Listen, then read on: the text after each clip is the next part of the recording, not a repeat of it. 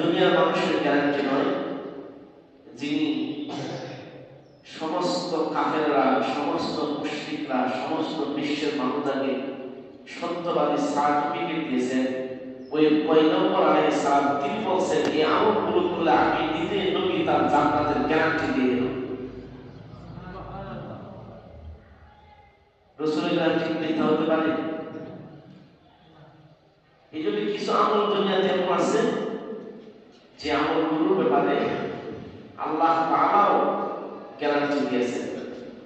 রাসূলের গ্যারান্টি সেটা তো আল্লাহ তাআলার গ্যারান্টি। কোরআন শরীফে আছে ওয়ামা ইয়ানতিকু আনিল হাওয়া ওয়ামা ইয়ানতিকু আনিল হাওয়া ইন হুয়া ইল্লা ওয়াহয়ুন ইউহা। পয়গম্বরের মুখ দিয়ে কোনো কথা বলেন না যতক্ষণ পর্যন্ত আমি আল্লাহ তাআলা তার নিকট ওহী প্রেরণ না করি। পয়গম্বরের জীবনে কোনোদিন মিথ্যা বলেন নাই। আল্লাহ রাব্বুল আলামিন ঘোষণা দিয়েছেন পয়গম্বর যদি কোনো কথা নিজে থেকে বানিয়ে বলতো আমি তাকে ধরে শাহাদাত কেটে দিতাম। বিভিন্ন জায়গায় বিভিন্ন রকমের কথা আছে, এর দ্বারা বোঝা যায় পয়গম্বর আলাইহিস সালাম দুনিয়ার জমিনে যত কথা মানুষের সামনে পেশ করেছে সমস্ত কথাগুলো যেন আল্লাহ তাআলা দেওয়া ওহীর মাধ্যমে তিনি পেশ করেছে। কোনো কথা তিনি বলেন আল্লাহ ওহী ছাড়া। এই জন্য ওহী দুই প্রকার, একটা হলো ওহী মাত্রু আর একটা হলো গায়রে মাত্রু। অর্থাৎ যেটা স্বয়ং জিবরাইল আলাইহিস সালাম আল্লাহর পক্ষ থেকে এনে রাসূলের সিনায় দিয়েছে তেলাওয়াত করে সেটা কোরআন মাজিদ, এটা ওহী মাত্রু। আরেকটা হলো রাসূলের হাদিস, এটাকে গায়রে মাত্রু বলা হয়। রাসূলের দিলে এই কথাগুলো আল্লাহ তাআলা ঢেলে দিয়েছেন, সেই কথাগুলো রাসূল মুখ দিয়ে বের করছেন, সেটা হাদিস। এই জন্য পয়গম্বর আলাইহিস সালামের সমস্ত কথাই দলিল,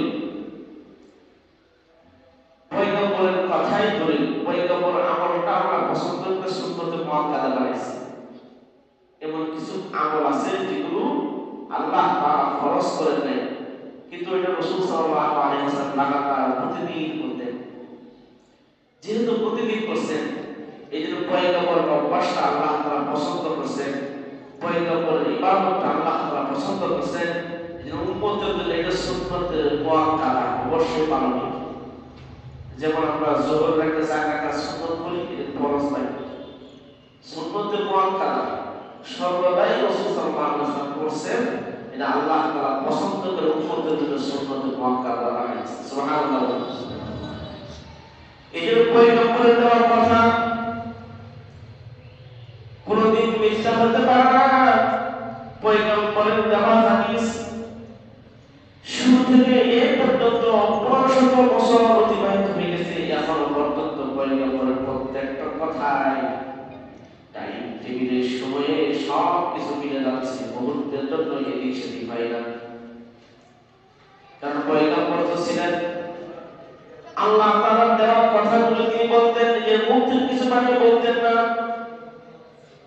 ওই পয়গম্বর বলেন দুনিয়ার উম্মতের জন্য আমি 6টা আমল দিলাম, যে আমলগুলো কোন উম্মত যদি করতে পারে আমি আল্লাহ রাসূল পয়গম্বর আলাইহিস সালাম ওই উম্মতের জন্য নিজে জান্নাতের গ্যারান্টি সার্টিফিকেট দিয়ে দিলাম। 6টা আমল, এর সাথে হাদিস আরো কয়েকটা বাকি আছে, কিন্তু এক হাদিসে সরাসরি পয়গম্বর আলাইহিস সালাম 6টা আমলের কথা বলেছেন। কয়টা আমল বলেন? এই আমলগুলো শিখবো, মনে রাখবো, আমল করবো ইনশাআল্লাহ। আমলের নিয়ত শুনবো ইনশাআল্লাহ।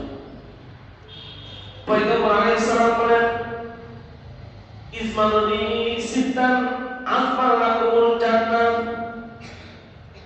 ইসমানুনি সিদ্দান, আমাকে 6টা বিষয়ে গ্যারান্টি দিন, তোমরা দিতে পারো। 6টা বিষয়ে তুমি জিম্মাদারি নিতে পারো, হেফাজতের দায়িত্ব নিতে পারো। আজমা লাকুমুল জান্নাত, আমি পয়গম্বর তোমাদের জন্য জান্নাতের গ্যারান্টি দিয়ে দিলাম, মিস হবে না। এক নম্বর আসতাকু ইদা হাদাসতুম, যখন তোমরা কথা বলবা তখন সর্বদাই সত্য কথা বলবা। সত্য কথার গুণ যদি তোমার ভিতরে আনতে পারো, আমি পয়গম্বর আলাইহিস সালাম তোমাকে জান্নাতের সার্টিফিকেট দিয়ে দিলাম। এক নম্বর গুণ কি? প্রথমটাই আমরা ফেল। কথা বলেন ঠিক কিনা? প্রথমটাই ফেল না? সত্য কথা বলার পাওয়া যায় এখন? দিন যায়, মাস যায়, মানুষ কত মিথ্যা বলে। অথচ পয়গম্বর আলাইহিস সালাম বলছেন একটা আমল, কিন্তু আমল মানে কত গভীর, কত কঠিন। আমার যারা করবে তার জন্য সবচেয়ে সহজ। আসতাকু ইদা হাদাসতুম, যখনই তোমরা কথা বলবা তখন সত্য কথা বলবা। কোরআন শরীফ আল্লাহ তাআলা বলেন, ইয়া আইয়ুহাল্লাযীনা আমানু তাকুল্লাহ, ইয়া আইয়ুহাল্লাযীনা আমানু তাকুল্লাহ ওয়া কুলু কাওলান সাদীদা। হে ইমানদারগণ, আল্লাহ তাআলাকে ভয় করো, আর যখন তোমরা কথা বলবা কুলু কাওলান সাদীদা, সঠিক কথা বলবা।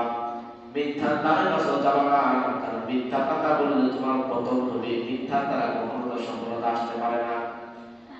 মিথ্যা মানুষের কাছে পান্তাবা, টাকা দিয়ে মিথ্যা সাক্ষী কেনা যায়, টাকা দিয়ে মিথ্যা মানুষ দান করানো যায়, টাকা দিয়ে মিথ্যা মামলা করানো যায়। একজনে খুন করেছে, তারপরেও তার পক্ষে খুন করে নাই এরকম উকিলের অভাব নাই, আদালতে পাওয়া যায়। মিথ্যার পক্ষে উন্নতি করার উকিলের অভাব নাই। কথা বলে ঠিক কিনা?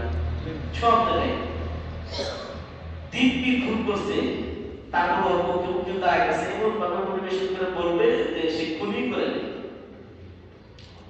যতদিন পর্যন্ত এই মিথ্যা চলবে, এই সমাজ কোনোদিন উন্নতি হবে না। মানুষের জুলুম হানাহানি লেগেই থাকে। এই জন্য কোরআন শরীফ আল্লাহ তাআলা সবচেয়ে যে লানত গুলো করছেন, তার ভিতরে একটা লানত দিয়েছেন, সব আল্লাহ তাআলা নিজে লানত করছেন। লানাতুল্লাহি আলাল কাযিবিন, যারা মিথ্যাবাদী তাদের উপর আল্লাহ তাআলা লানত। এবং কোরআন শরীফের অনেকগুলো আয়াত, অসংখ্য গণিত আয়াতে আল্লাহ তাআলা বলেন ওয়াইলু ইয়াউমা ইযিল লিল মুকাদ্দিবিন। 30 নম্বর পারাতে আছে, 29 নম্বর পারা সূরা সালাম।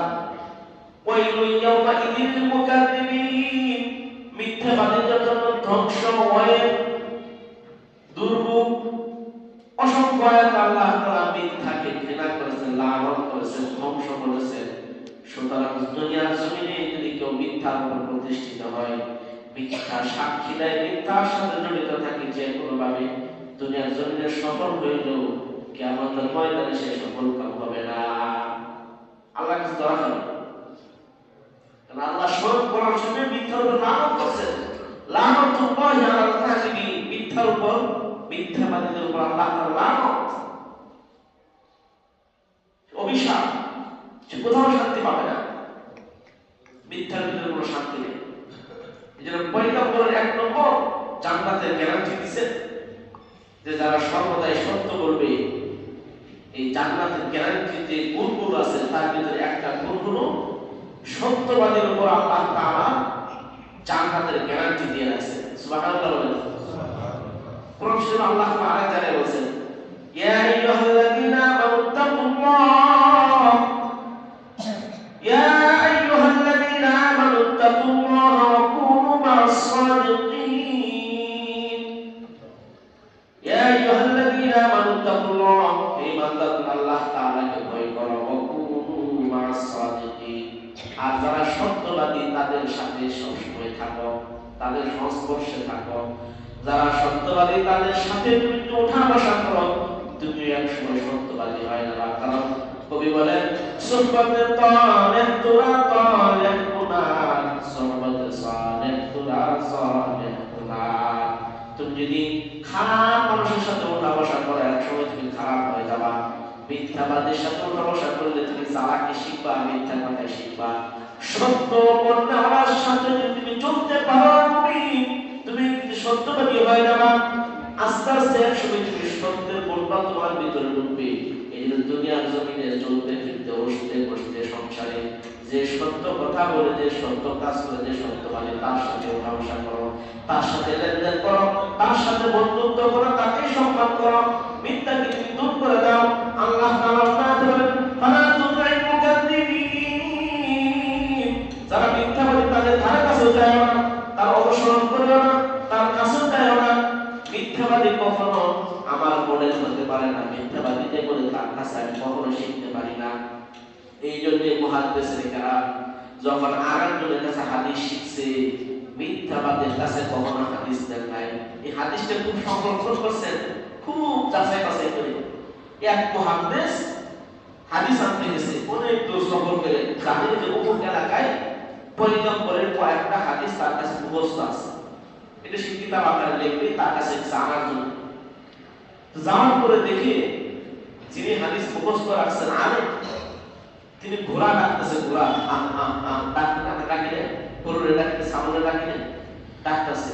তার মানে একটা খাঁচি হাতে দিছে, যে খাঁচির ভিতরে ঘোড়ায় ঘাস খায়, এটা হাতে নিয়ে ভিতরে ঘাস নাই, ঘোড়ারে ডাকতেছে, মানে এটা দেখলেই মনে করবে এটার ভিতরে ঘাস আছে, আর তাকে খাওয়ার জন্য ডাকছে, ঘোড়া দৌড়ায় চলে আসবে। সে যখন আনতে গেছে হাদিস, জবরদস্ত বুজুর্গ আলেম মুহাদ্দিস, সে ঘোড়াকে ধোঁকা দিতেছে, টুকরির ভিতরে, খাঁচির ভিতরে ঘাস নাই, আর ঘোড়াকে বোঝাইতেছে যে এর ভিতরে ঘাস আছে, আসে এদিকে আসে। তাকে এরকম করে ডাকিলে দীর্ঘ পথ অতিক্রম করে হাদিস আনতে গেলেন, কিন্তু যখন দেখলেন ঘোড়াকে ধোঁকা দেয় একজন আলেম, তখন তার দিনের ভিতরে ঢুকছে যে একজন মুহাদ্দিস একজন পশুকে ধোঁকা দিতে পারে, হাদিসের ব্যাপারে উম্মতকে ধোঁকা দিতে পারে। সুতরাং এটা উস্তাদ বানাবনের কাছে শিখবো না, এর কাছ থেকে হাদিস গ্রহণ করব না। ঘোড়াকে ধোঁকা দেয়, সে আমাকে ধোঁকা দিতে পারে। এই জন্য ধোঁকাবাজ কখনো মানুষের শিক্ষক হতে পারে না, শিক্ষক কখনো ধোঁকাবাজ হতে পারে না, সমাজের নেতা কখনো ধোঁকাবাজ হতে পারে না, ধোঁকাবাজ কখনো নেতা হতে পারে না। আর যে ধোঁকাবাজ সে কখনো মানুষের কাছে সম্মানের পাত্রই হতে পারে না, এর কাছে মানুষ কিছুই পাবে না। এই জন্য হাদিসকে সংরক্ষণ তারা এভাবে যে ধোঁকা যে দেয় তার কাছ থেকে একটা হাদিস পর্যন্ত নেই। তাহলে এক নম্বর গুণ আমরা পেলাম জান্নাতের গ্যারান্টি প্রাপ্ত করে, আসতাকু ইলা হাদাসতু, যে তোমরা যখনই কথা বলবা, কি কথা বলবো? সবাই বলেন কি কথা বলবো? সত্য কথা, সত্য কথা বলবো। এই গুণটা আমরা গ্রহণ করব ইনশাআল্লাহ। দুই নম্বর, ওয়া আফু ইলা ওয়াআদতুম, যখন তোমরা ওয়াদা করবা, ওয়াদার খেলাপ করবা না। ওয়াদা তারা পূর্ণ করে ওয়াদা দিয়ে এরা জান্নাতের গ্যারান্টি প্রাপ্ত দল। মানুষ ওয়াদা করে ওয়াদার ভঙ্গের অভাব নাই। ওয়াদা যদি করতে হয়, ভঙ্গের আগে অবশ্যই তাকে ইনফরমেশন জানাবে, এই সমস্যার কারণে ওয়াদা রাখতে পারলাম না। কিন্তু যদি স্বেচ্ছায় কেউ পরিবেশি করে ওয়াদা ভঙ্গ করে সে আল্লাহ রাসূলের লাভ করতে হয়, ওয়াদা ভঙ্গকারী মুনাফিকের খাতায় তার নাম চলে যায়। আর যে ওয়াদাকে সঠিকভাবে দুনিয়ার জমিনে পালন করলো, পয়গম্বর আলাইহিস সালাম বলেন, আমি ওই লোকটাকে জান্নাতের গ্যারান্টি দিয়ে দিলাম। সুবহানাল্লাহ। তিন নম্বর হলো ওয়াফু ইদা ওয়াআদতুম, যখন সে ওয়াদা করে ওয়াদা পূর্ণ করে আমি তাকে জান্নাতের গ্যারান্টি দিয়ে দিলাম। সুবহানাল্লাহ। তিন নম্বর, ওয়াআদতু ইদা তুমিনতুম, যখন তার কাছে কোনো আমানত রাখা হয়, আমানত কোনো সুন্দরভাবে সে বুঝিয়ে দেয় মানুষের কাছে, আমানতের খেয়ানত কোনো সময় করে না, ওই ব্যক্তিদেরকে আল্লাহ রাসূল সাল্লাল্লাহু আলাইহি সাল্লাম জান্নাতের গ্যারান্টি দিয়েছেন। পয়গম্বর আলাইহিস সালাম দুশমনদের আমানত রাখছেন। মক্কা যখন ছেড়ে তিনি মদিনায় চলে যাবেন হিজরতের দিন, কাফের মুশরিক লিডার তাদের অনুসারীরা পয়গম্বরের কাছে ব্যাংকে টাকা জমা রাখতো। যারা রাসূলকে বিশ্বাস করে নাই, ঈমান আনে নাই, তারাও পয়গম্বরের কাছে লাখ লাখ কোটি কোটি টাকা ডলার জমা রাখতো আমানত হিসেবে। কারণ ওই সময় মানুষ কাউকে বিশ্বাস পাইত না, বিশ্বাস হিসেবে আমাদের ভিতরে আশ্বস্ত থাকতো না। এই জন্য আবু জেহেলের অনুসারী হয়েও তারা মুহাম্মদের কাছে টাকা জমা রাখতো, যথাযথ পাই যায়। কাফের মুশরিক ঈমান আনে নাই, তবুও পয়গম্বরের কাছে স্বর্ণ গহনা আমানত রাখতো। আমানত একটা আলাইহিস সালাম যখন হিজরত করলেন, যে লোকেরা পয়গম্বরকে মারার জন্য আসে, আরবের সব গোত্র থেকে পয়গম্বরকে রাত্রিবেলায় দুনিয়া থেকে বিদায় করে দিবে, ষড়যন্ত্র হয়েছে, গুম করে দিবে। পয়গম্বর আলাইহিস সালাম আল্লাহর হুকুমে রাত্রিবেলায় মক্কা ছেড়ে মদিনার দিকে রওনা হবেন। যত আমানত আছে সবগুলো আমানত একসাথে করছে। কইলা আলী রাদিয়াল্লাহু তাআলা বলেন, আলী শুনো, মক্কা থেকে হিজরত করে মদিনায় যাওয়া আল্লাহর ওয়াদা, তোমার কাছে আমি আমানতগুলো বুঝাই দিলাম। এই আমানতগুলো মক্কার যারা আমানত আছে ঠিকানা দেওয়া আছে, পরিমাণ উল্লেখ করা আছে, সম্পূর্ণ আমানত তাদের হাতে বুঝাই দিয়ে তুমি তারপর মদিনায় হিজরত করবা। দেখেন, যারা রাসূলকে মানতে আসছে তাদের আমানত রাসূলের কাছে, ইচ্ছে করে তো তুই আমার কাছে আমানত রাখছস, তুই আমারে মানতে আসছস, তোর টাকা আমি সব খাই দিলাম, মাইল দিলাম। দুনিয়ার হাকিকত এই, আপনার সাথে যদি কেউ 1 লাখ টাকা লেনদেন থেকে আপনার কাছে পায় আর তার সাথে যদি ঝগড়া হয়, এই টাকা জীবনে আপনার সুন্দর করা সম্ভব না। পয়গম্বর আলাইহিস সালামকে হত্যা করতে আসছে, তাদের আমানত পয়গম্বরের কাছে। সেই আমানত আলী রাদিয়াল্লাহু তাআলা বলছেন, সোনালি আগামীকাল আমি চলে যাবো, আমানতগুলো প্রত্যেকের আমানত দেওয়া আছে, পরিমাণ উল্লেখ করা আছে, সব পৌঁছায় দিবা, তারপর তুমি মদিনায় হিজরত করবা। হযরত আলী রাদিয়াল্লাহু তাআলা জানেন পয়গম্বরের বিছানা, যে বিছানায় ব্যক্তিগত আক্রমণ করবে, আলী রাদিয়াল্লাহু তাআলা নিশ্চিত জানেন এই জায়গায় যদি রাসূলকে না পায়, রাগের বশবর্তী হয়ে আমাকে হত্যা করে ফেলবে। কারণ মানুষ যখন রাগ করে কারো বাড়ি আক্রমণ করে, তখন মালিককে না পাইলে সন্তানদের পাইলে যায়, সেটা থেকে খেয়াল আসে না। স্ত্রীকে মানে, আরেকজনকে মানে, অনুসারীকে মানে, রাগ করছে এক মাথা তার অনুসারী মারে যায়, আছে না নাই? তারপর আলী রাদিয়াল্লাহু তাআলা যখন মনে মনে ভাবলেন রাসূলকে না পাইলে পিছনে আমাকে হত্যা করবে, সাথে সাথে মনের ভিতরে আবার আরেকটা চিন্তা ঢুকলো, পয়গম্বর তো বলছেন আমানতগুলো উম্মতের কাছে, সব আমানতগুলো কাফেরদের হাতে বুঝাই দিবা, তারপর মদিনায় হিজরত করবা। রাসূলের এই কথা যখন আলী রাদিয়াল্লাহু তাআলা শুনছেন যে আমি আমানতগুলো পৌঁছে দেব, তারপর মদিনায় হিজরত হবে, অন্তত পক্ষে মদিনায় যাওয়া পর্যন্ত আমার কেউ আমাকে হত্যা করতে পারবে না। কারণ পয়গম্বর যেহেতু বলছে মদিনায় হিজরত করবা, আর যদি আমি মদিনায় হিজরত করতে না পারি, আমাকে হত্যা করে ফেলে, তাহলে পয়গম্বরের কথাটা হাদিস হিসেবে মিথ্যা হয়ে যায়। যেহেতু রাসূল বলছে মদিনায় চলে যাবা, হিজরত করবা, সুতরাং মক্কার জমিনে অন্তত পক্ষে দুনিয়ার কোনো মানুষ আমাকে হত্যা করতে পারবে না। একই বিশ্বাস পয়গম্বর বলছে। পয়গম্বরের কথা এত গভীর, এত সত্য, যা কল্পনাই করা যায় না। আলী রাদিয়াল্লাহু তাআলা শুয়ে আছেন, কাফেররা আসছে, আয়েশা দেখে শুয়ে আছে। প্রয়োজনে রাত্রিবেলা তো পয়গম্বর বাইরে হয়ে গেছে, ফজরের সময় কাফেররা ঘেরাও করে ভিতরে ঢুকছে। প্রয়োজনে বলতেছে এই শুয়ে আছে, শেষ করে দিন, এক কুপ্তে শেষ করে আদান করে দিন। তো আর এক কাফের বলতেছে না, এখানে তো রাসূল নাও থাকতে দেন, খুলে চেহারা দেখ আগে কে আছে, খুলে দেখে আলী রাদিয়াল্লাহু তাআলা। পুরো তো চোখ থাপ্পড় দিছে, কিন্তু মানে না, এই তোর পরে কোথায় গেছে, তোর নেতা কোথায় গেছে, তখন ফোন দিয়ে আসে গেছে, মানে না। 3 নম্বরে ওয়াদা হলো ওয়াদু ইদা তুমিতু, তোমার যদি মৃত্যুর আশঙ্কাও থাকে, মানুষের হত্যার আশঙ্কাও থাকে, তবুও মানুষের আমানত যথাসময় তার কাছে পৌঁছে দিতে হবে। কারণ আমানতের খেয়ানত করা মুনাফিকের আমানত, কিয়ামতের দিন আল্লাহ তাআলা আমানত খেয়ানতদেরকে আল্লাহ কাজ করায়, তার করাতে হবে, দাঁড়াবে, জবাবদিহি করতে হবে।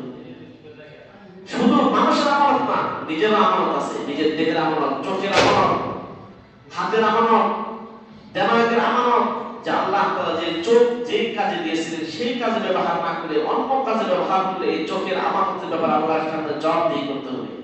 হাতের আমানত, এরকম করে মানুষের শরীরের বিভিন্ন অঙ্গ প্রত্যঙ্গের আমানত আছে।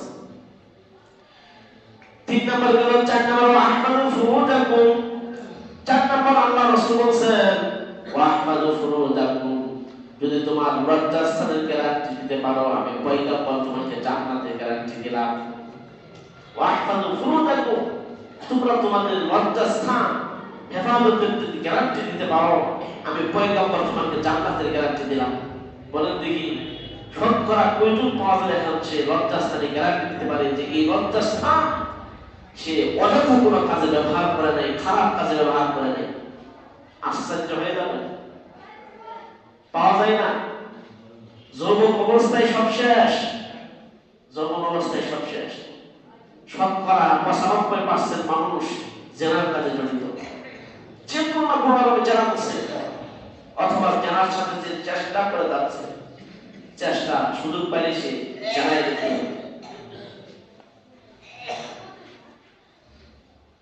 আমাদের এলাকা থেকে একদিন এক মহিলা অপকর্ম করতে গিয়ে ধরা পড়ছে, বিচার সালিশি করছে, বিচার করবে, আদালতে যাবে না, সামনে বিচার হবে।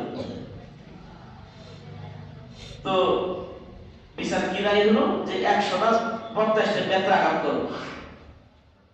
মহিলা বলছিল যে আমাকে যে বেত্রাঘাত করবে যে অপরাধের কারণে, আমার একটা আত্মা, আমার একটা দোয়া, আল্লাহ কাছে দোয়া করছে, আল্লাহ এই মজলিসের সবার সামনে উচ্চস্বরে দোয়া করলাম, যে ব্যক্তি আমাকে এই বেত্রাঘাত করবে তার জীবনে যদি এরকম কাজ হয়ে থাকে তাহলে যেন আমার সামনে এই দুনিয়াতে যেন তাদের উল্টা বেত্রাঘাত করে আমার চোখে দেখা তার প্রতি মরণ দিয়ে জীবনে যদি সেই কাজ করে থাকে। এক, 2 নম্বর সে বলছে আমাকে বেত্রাঘাত সেই করবে যে জীবনে কোনোদিন মেয়ের গায়ে স্পর্শ করে না, হাত লাগাইলে সে আমাকে এই বেত্রাঘাত করবে। 2 শর্ত দোয়া করে বসছে আর এই 5 শর্ত দিয়ে গেছে।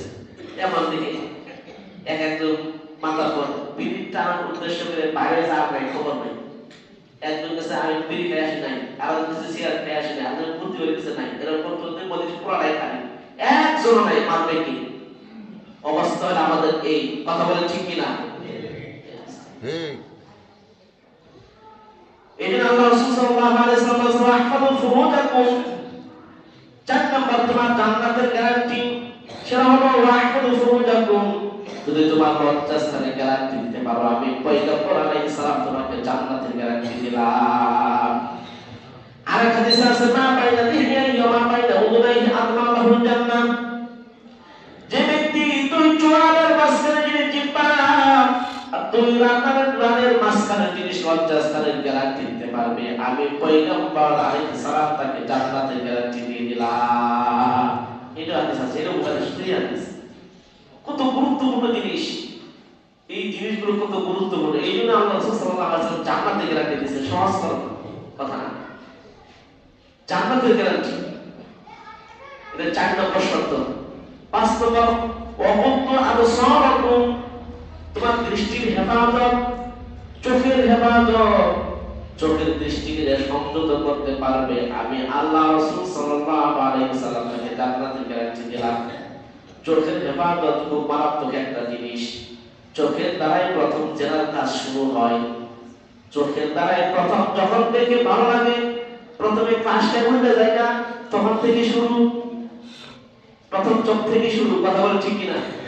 এই জন্য আল্লাহ সাল্লাল্লাহু আলাইহি ওয়াসাল্লাম গুনাহের দরজা চোখ, এই চোখ দিয়ে গুনাহ তার ভিতরে ঢুকে প্রথম মাথার ভিতরে তার কল্পনা শুরু হয়।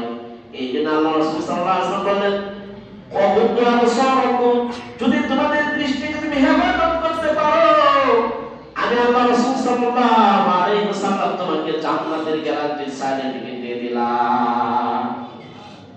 জান্নাতের গ্যারান্টি, চোখের হেফাজত। চোখের হেফাজত এখন এটা 100% নাই, মানে আমি একজন আলেমেরও নাই। কেমনে থাকবো? পকেটে মোবাইলে, আর মোবাইলে সবচেয়ে অশ্লীলের জায়গা হলো মোবাইল। গোপনে ভিডিও করতেছে আর ছেড়ে দিচ্ছে ফেসবুকে দেখে। কথা বলে ঠিক কিনা? চাইলেও পারবেন না আপনি হেফাজতে থাকতে চোখের দৃষ্টি।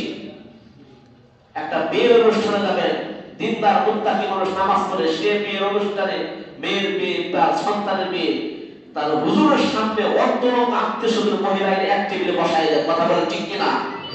সামনে বসায় দেয়, চোখের হেফাজত নাই। আল্লাহ রাসূল বলেছেন এই চোখকে তুমি মনে করছো গরম সীসাকে গরম করে পানির মতো করে তোমার চোখে ডালা হবে কিয়ামতের ময়দানে। চোখের হেফাজত নাই আছে। সকাল ইবাদত করতে হলে উপায় হলো ভাই একবারে ঘরে বসে থাকতে হবে, আর প্রত্যেকে নিজের মা বোন যাদের মহিলা আছে পর্দায় রাখতে হবে, আর অ্যান্ড্রয়েড সেলের যত সাইট আছে সব সাইট বন্ধ করতে হবে। যখন কোন বিরুদ্ধে মুসাদের বিরুদ্ধে রয়ের বিরুদ্ধে কথা বললে আপনি ফেসবুক হ্যাশট্যাগ করে দেওয়া হয়, বন্ধ করে দেওয়া হয়। উচিত ছিল এটা, যখন কোন মেয়ে মানুষ অন্তরঙ্গ তার আইডিতে ছবি দিবে, তার আইডি তার সাথে সাথে হ্যাক করে বন্ধ বের করে দেওয়া হবে। এই সিস্টেম যদি থাকতো তাহলে ফেসবুকে ইউটিউবে আর এই সমস্ত লোক ছবি আসতো না। কথা বলেন ঠিক কিনা? সহজে মানুষ বাঁচতে পারে। এই জন্য 5 নম্বর জান্নাতের গ্যারান্টি হলো ওয়াকুতু আবসারাকুম, তোমরা তোমাদের চোখের ইবাদত করো। চোখের ইবাদতের জিম্মাদারি কে দিবে? পয়গম্বর আলাইহিস সালাম বলেন, আমি নিজে তাকে জান্নাতের গ্যারান্টি দিলাম। চোখটা এমন একটা জিনিস, কিছু জিনিস আছে চোখে চায় থাকলে ইবাদত হয়, কিছু জিনিস আছে চোখে শুধু তাকায় থাকবে জেনার গুনাহ হবে, কাবা ঘরের দিকে তাকায় থাকলে অনবরত সওয়াব হতেই থাকে। পিতা মাতা, আল্লাহ রাসূল বলেন, সন্তান যদি সুনজরে মাতা পিতার চেহারার দিকে শুধু চায় থাকে, প্রত্যেকটা চাহনিতে প্রত্যেকটা মুহূর্তে আল্লাহ রাসূল তাকে কবরিয়াতের হজের 10 সওয়াব তার আমলনামায় লিখে দেওয়া হয়। সুবহানাল্লাহ। অথচ মা বাবার দিকে দিনে একবার তাকায় না, সপ্তাহে একবার তাকায় না, মা ঘরে শুয়ে আছে কোনদিন ইন্দ্রা মার চেহারার দিকে তাকায় না। আর যখন মোবাইলে তাকায়, রাত যায় দিন যায়, ঘন্টার পর ঘন্টা দেখে ছবি দেখে চোখ টাইনেও তোলা যায় না। কথা বলে ঠিক কিনা? টাকা হলেও তোলা যায় না। তাহলে 5 নম্বর ঘরে গ্যারান্টি দিয়েছেন পয়গম্বর আলাইহিস সালাম, ওয়াকুতু আবসারাকুম, তোমার দৃষ্টির হেফাজত করো, আমি পয়গম্বর আলাইহিস সালাম তোমাকে জান্নাতের গ্যারান্টি দিলাম। জান্নাতের গ্যারান্টি 4টে কথা না। 6 নম্বর ওয়াকুফু আইদিয়াকুম, তোমার হাতকে তুমি গুনাহ থেকে বাঁচাও। হাত যদি তুমি গুনাহ থেকে বাঁচাইতে পারো, আমি আল্লাহ রাসূল সাল্লাল্লাহু আলাইহি ওয়াসাল্লাম তোমাকে জান্নাতের গ্যারান্টি দিলাম। এই হাদিসটা আর এক হাদিস আছে, আনুবা ইবনে আমির লাকিত রাসূলুল্লাহ সাল্লাল্লাহু আলাইহি ওয়াসাল্লাম ইয়াওমান, একদিন উকবা ইবনে আমির আল্লাহ রাসূলের সাথে দেখা করলেন, সাক্ষাৎ করলেন। ফাকুলতু মান নাজাত, বললেন ইয়া রাসূলুল্লাহ, নাজাত কোন জিনিস? আল্লাহ তাআলা জাহান্নাম থেকে কোন জিনিস থেকে আমি নাজাত পেতে পারি, কোন আমলের দ্বারা মুক্তি পেতে পারি? পয়গম্বর আলাইহিস সালাম বললেন, ইয়া উকবা আমলিকা আলাইকা লিসানাক, তুমি তোমার জিহ্বাকে হেফাজত করবা। ওয়ালিয়াসাকা বাইতু, তোমার বাড়িটাকে প্রশস্ত করবা, অর্থাৎ বেশিরভাগ সময় তুমি বাড়ির ভিতরে থাকার চেষ্টা করবা। যে কোনো কাজ বাড়িটাকে একটু প্রশস্ত করা, তাদের জায়গা আছে। এখন তো সবাই শহরমুখী, 1 শতাংশ যদি জমি থাকে ওইখানে 5তলা জমি থাকে। আর পয়গম্বর আলাইহিস সালাম বাড়িটাকে প্রশস্ত করতে বলছেন। গ্রাম সাইডে একটু জায়গা বেশি করে কিনে সেখানে বাড়ি করা, প্রশস্ত জায়গা থাকলে সন্তানদের সেখানে খেলাধুলা করবে, তুমি সেখানে সময় দিবা, গুনাহ থেকে বাঁচতে পারবা।